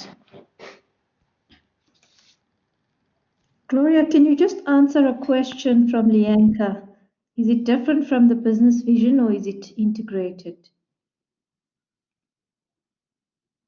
the question saying? I'm just going to go to the... Is it on the chat? Yes, it's in the chat. Can you ask the question? Let me just quickly... So Lianka's question is, the personal vision, is it different from the business vision or are they integrated?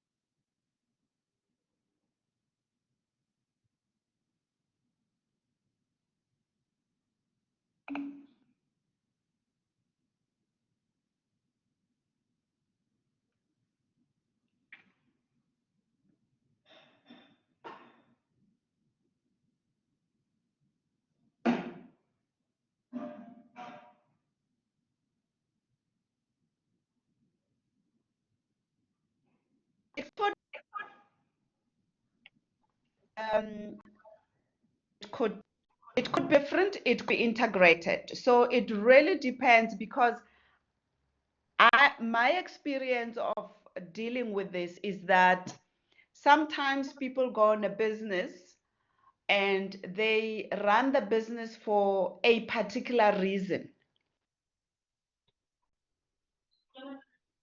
And that business is not necessarily their passion, their ultimate vision, where they want to go to. They're using the business maybe to get there.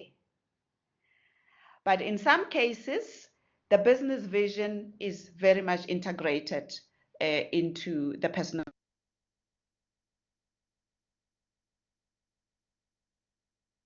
Don't have what I call a schizophrenic approach, because everything is aligned. But it's very possible that your business vision is different from, and of course you need to work towards alignment.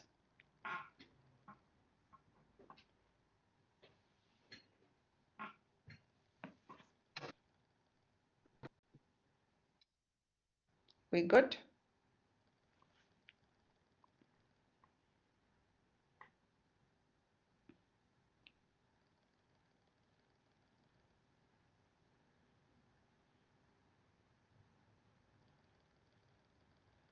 Okay, great.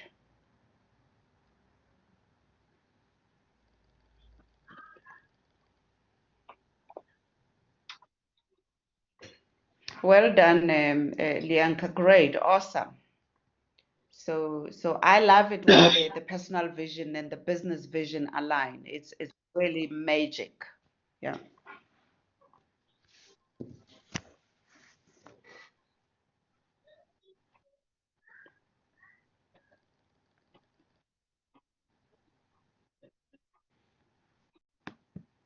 But also, if you find that it does not, don't feel bad about it.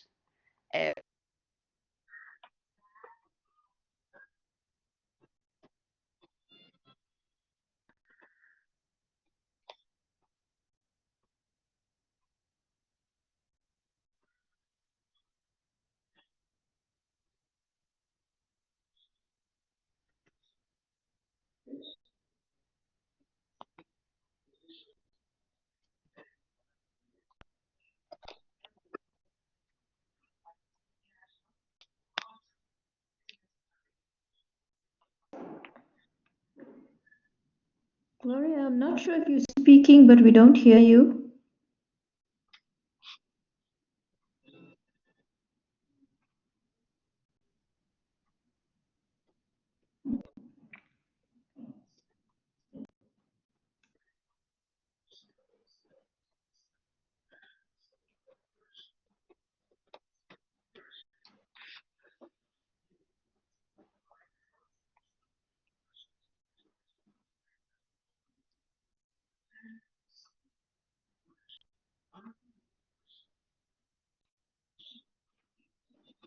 She's rejoining Feroza. Her bar was so low. It was Okay, on thank one. you. Okay. Yes.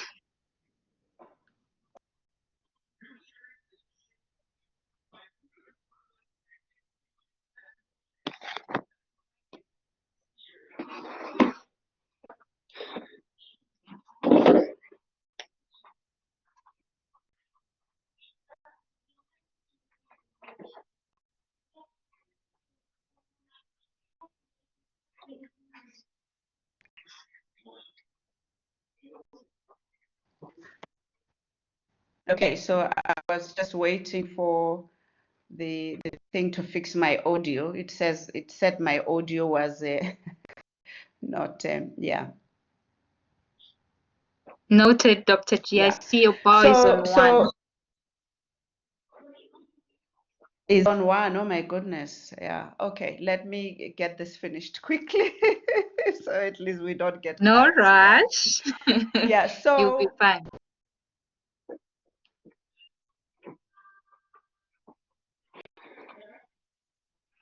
Even if you find that your personal vision is not necessarily aligned to your business vision at the moment, it's okay.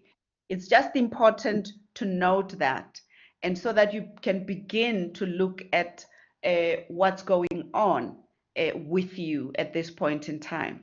Because the vision is very important. It gives you direction, it gives you energy, it helps you in making decisions about what on. If I'm going to this meeting, if I'm doing this activity, to what extent is that activity helping me to move towards my goal? Okay. So in the next slide, we're really looking at the various aspects of who we are, the various aspects of our lives, because as human beings who have many aspects, we have the business, which is as entrepreneurs, you have your business or career. There's finances, there's your health, there's family and friends, there's romance, there's personal growth, there's fun and recreation, there's the physical environment, and these are limited, the spirituality. There's a whole aspect of who we are. And all of these aspects kind of contribute to our goal. Or you can have each one of these contributing or actually sabotaging your goals. So it's very important that we look at each and every one of these areas and say, in relation to the vision that I have or that I think I have, to what extent are these areas of my life aligned to that? Okay, so the Wheel of Life is a very popular tool that we use in personal coaching, which helps you to assess at least most areas of your life, because sometimes when one of these aspects is not working well, it actually sabotages your goals. So we need to be aware of where we are at and set goals to be able to deal with that. Okay, so just to give you an example here, business and career. At your best, for example, I love my work. I saw somebody says, oh, I love my job. Okay, I love my work. I feel that my talents and skills are well used in my work. I enjoy my work environment and the people that I work with. I see opportunity for growth and development in my position or in the work that I do. I feel like I have found the right livelihood. So this is at your best. Okay. So if you assess yourself where you are at right now in relation to that, where are you on a scale of 0 to 10? 0 meaning I'm absolutely suck at this, 5 meaning you're kind of there, you're mediocre, and 10 meaning I'm absolutely, you can tick yes to all of those, and then you can do the same with each and every one of those areas. And you can then look at what area of your life is kind of lagging behind. The truth is you never have 100% balance or 10 in each and every area of 10 in all of these at one point in time. It's about really navigating the balance and looking at what should I be paying more attention to, or if you're struggling with something, is there something that you're not doing that's actually dragging you down? So we use the Wheel of Life to do that. And then we use it to set goals for ourselves. in order that it will help us. So if you look at health, for example, it says, at your best, I approach my health in a proactive and generative way rather than a crisis mode. So I don't go on this binge weight loss thing, and then next time I'm back at where I am. I am satisfied with my level of vitality and well-being. I support systems and structures. I have a support system. I'm conscious of my body and fitness. I know what works for me, what works not, like I'm completely okay. Okay, somebody says the volume is low. I don't know whether is it just on your side. I guess the other people will let me know if they can't hear me also. Okay. So in relation to your vision that you have just said, once more, I just want you to reflect on those, I think it says 8 areas, 3, 6, yeah, 8 areas of your life. And do a quick assessment of where you are at, and you just need to be extremely honest with yourself. I'll just give you descriptions of what these are. I couldn't put all of them there. Finances, it also touches on your own personal finances, and with entrepreneurs, sometimes the lines are very blurry. But also look at both your personal finances. How well are you doing there? You have enough money to pay, for your bills.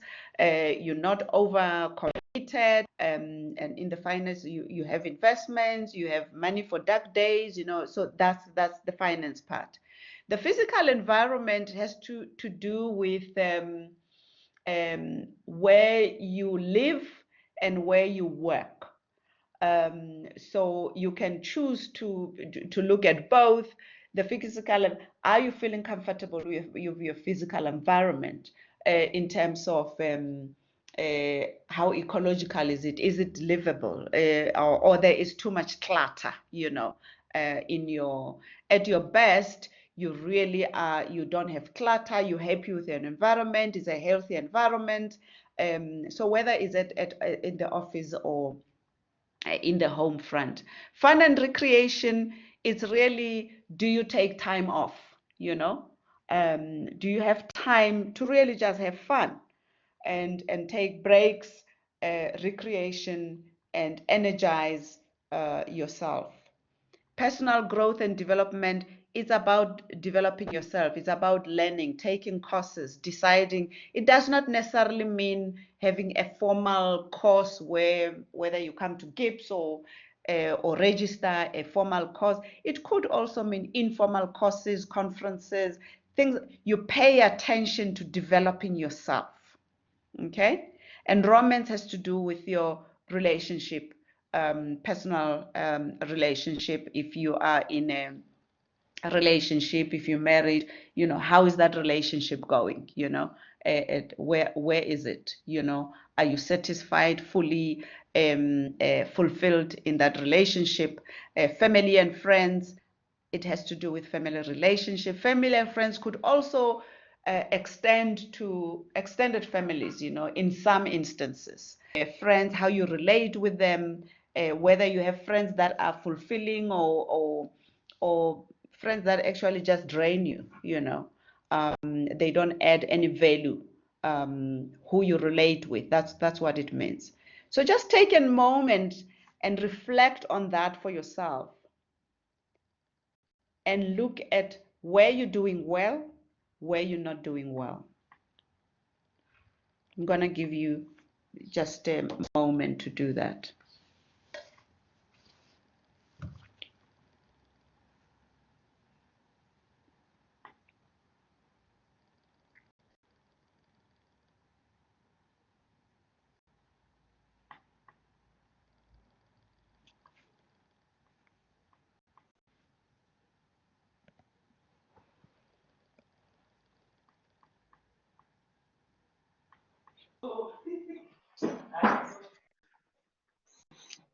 And if you do have any question, you can pop it on the chat thing or unmute yourself and ask.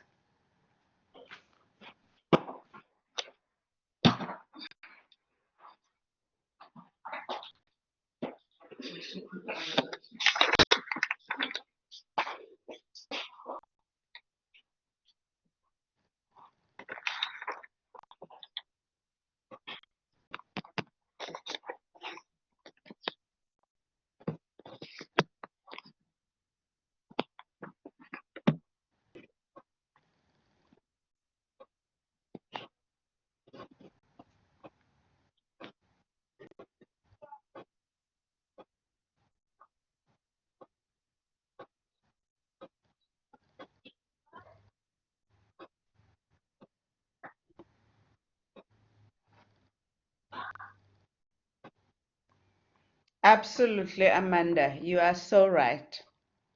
That's one of the challenges that entrepreneurs face. That we can just put so much energy on the business and getting the business to work, and we completely forget about our personal life, our relationships, our family, our children, our husbands, our wives. We forget. And we all often make excuses to say, oh no, but I'm doing it for you, I'm doing it for you. But actually, sometimes the children just want a piece of you, yeah. Reminder to say all areas of our lives are important.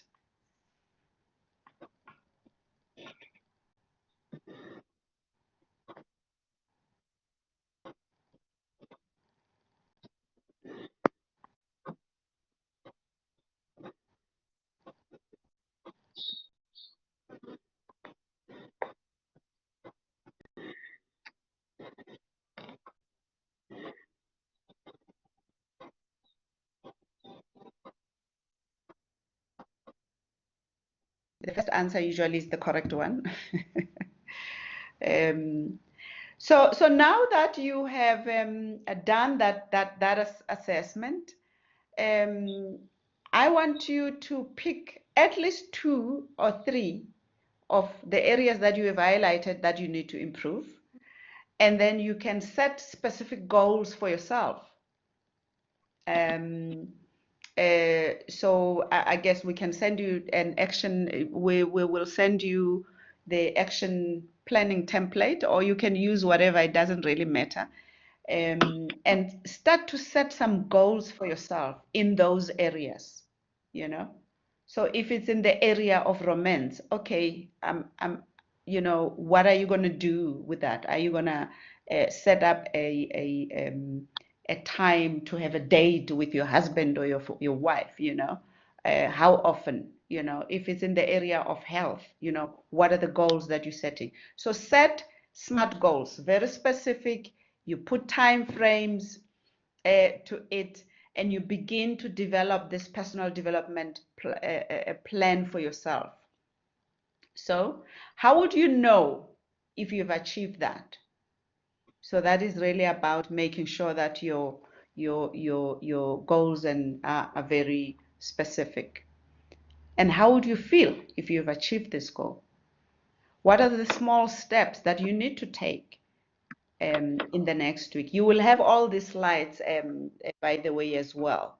So you can refer to this slide and take it and seriously begin to set an action plan for yourself. So you have the bigger vision, and then you've identified these areas of your life. You've looked at where you're strong at and where you're compromising yourself, or you're compromising your business or your family.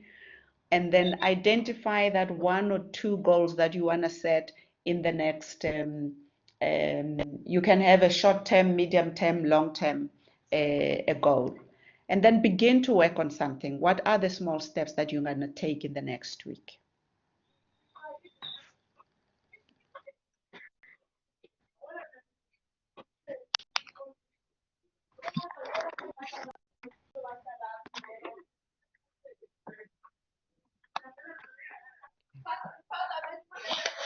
So this is how far we can go in this masterclass, and then I'm gonna open it up for a discussion question with the remainder of I think we have about 20 minutes or so to have a conversation.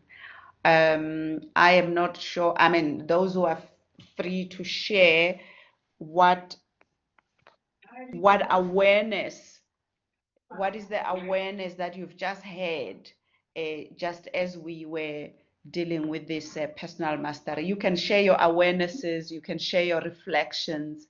You don't have to share the details of what your vision is or what, you know, that kind of stuff. You can only share what you're feeling comfortable sharing, by the way. So I'm opening it up for that conversation.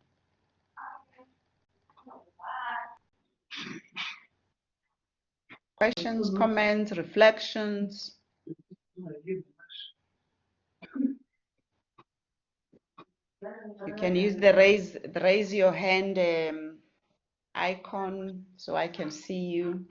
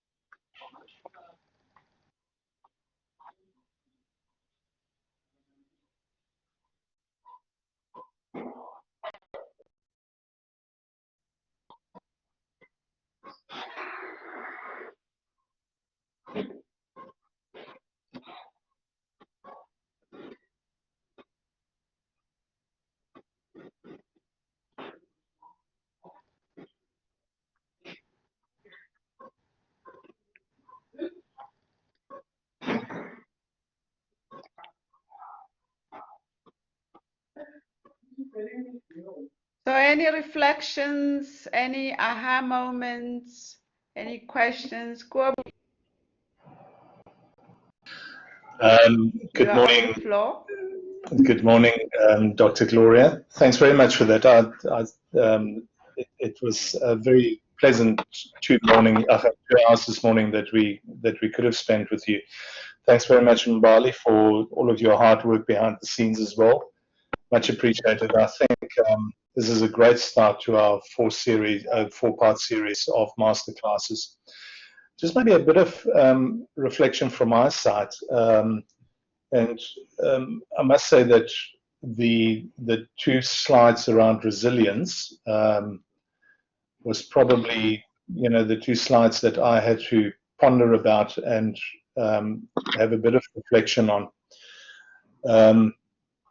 Just how you balance resilience against being foolhardy or hard-headed, and that, you know, the need also to, and I think, you know, the lockdown situation that we find ourselves in, so easily you can find yourself in the cycle of trying to save the business and being resilient, and it's not a business worth saving. I think from a Chamber of Commerce point of view, you know, that was probably one of the most difficult things that we had to support and navigate over the last 6 months, is for people with regards to loans, to grants, and how much they get themselves into debt, etc., to save a business that at the end of the day might not be worth saving.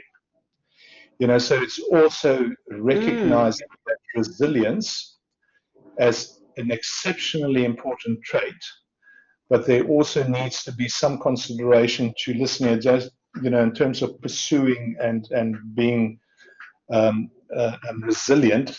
You know, let that not become foolhardiness or or hard-headedness, and it's an exceptionally Absolutely. difficult challenge for businesses. You know, if this is the only hope you've got, this is the only bit of stability that you had, to say, listen, I'll throw anything at it, but, you know, are you going to be able to recover from everything that you have thrown into it? And I think, you know, I just wanted to make that point, because I think that, and it's for me so exciting to see all of these people and these entrepreneurs that we've worked with over the last 9 years. And I know that quite a few of them have adjusted their business models, quite a few of them have branched out into other areas. But it's amazing to see that in terms of your initial choice around a line of business that you want to be in, you know, it allowed you to survive, and it allowed the business to survive this lockdown. But there's also that balance to say that, listen, you know, if this is not working, can I remodel that, or should I start from scratch? But, you know, not getting yourself in a position, because you want to be resilient. And I thought I'll just make that point. Thanks, Absolutely. Yeah, that is an absolutely crucial point, Kobus. That the opportunity resilience definitely means you also need to reflect. And some people mentioned about reflecting on whether this thing, I still need to do it or not. That's absolutely crucial. Thank you for that contribution. Yeah. May I just add to that as well, Doctor?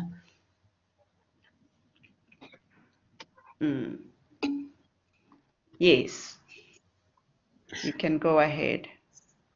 Thank you. So yeah, so something I wanted to say earlier, when we were talking about resilience, was, you know, with our ice cream business, one of the first things that we did during lockdown was really sit down and we had a very serious look at how much time we were spending in our business, and whether it was going to be worth sticking with it, you know.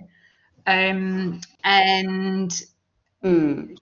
during our lockdown, we lost, from the end of March until the beginning of July, we lost over R500,000 worth of sales, and we really had to seriously, it made us very, very seriously look at different ways for us to deal with our landlords,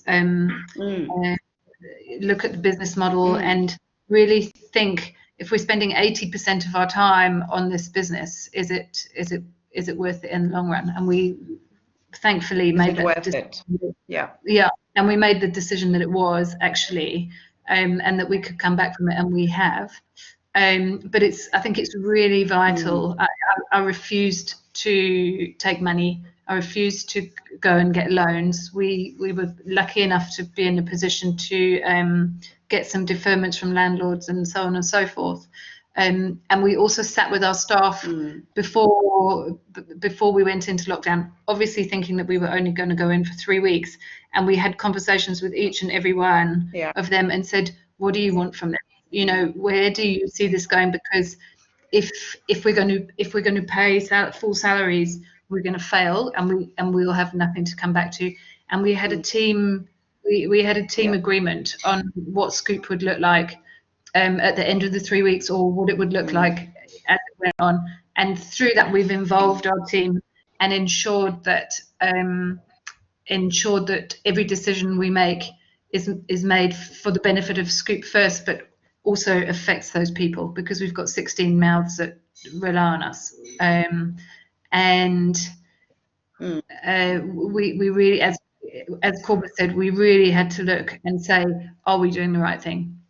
Thankfully, the answer was yes, and we've proved that. So, and in the meantime, opened a completely different business as well. Yeah, absolutely. So I think what you're saying and what Kobus is saying is that the COVID situation could have also been an opportunity for some people to realize that, like, oh, I'm probably maybe not in the correct business. Maybe my business needs to change.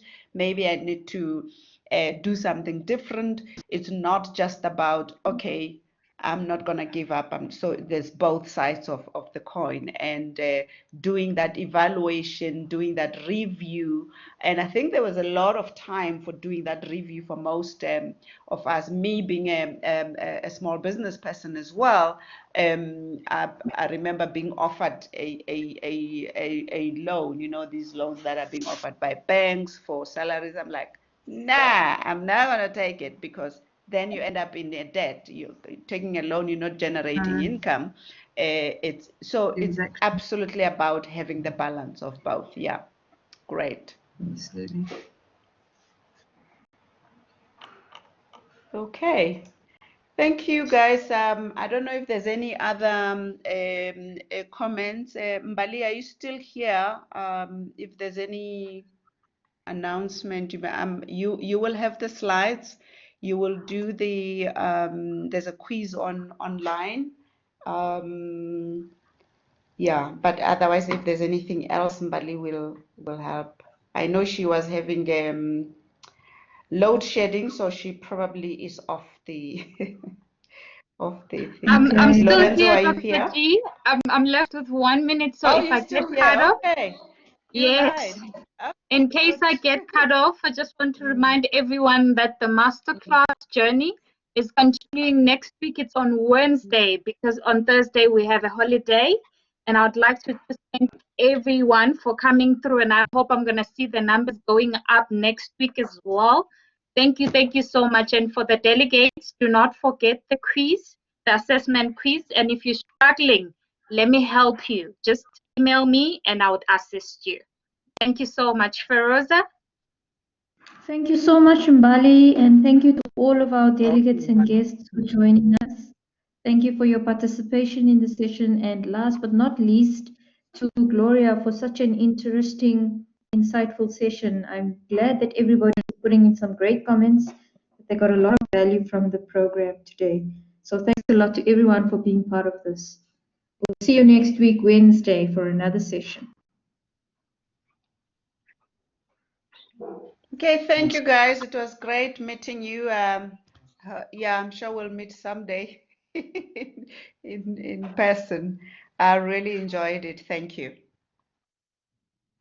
Thank you. Everybody could log off. Thank you so much.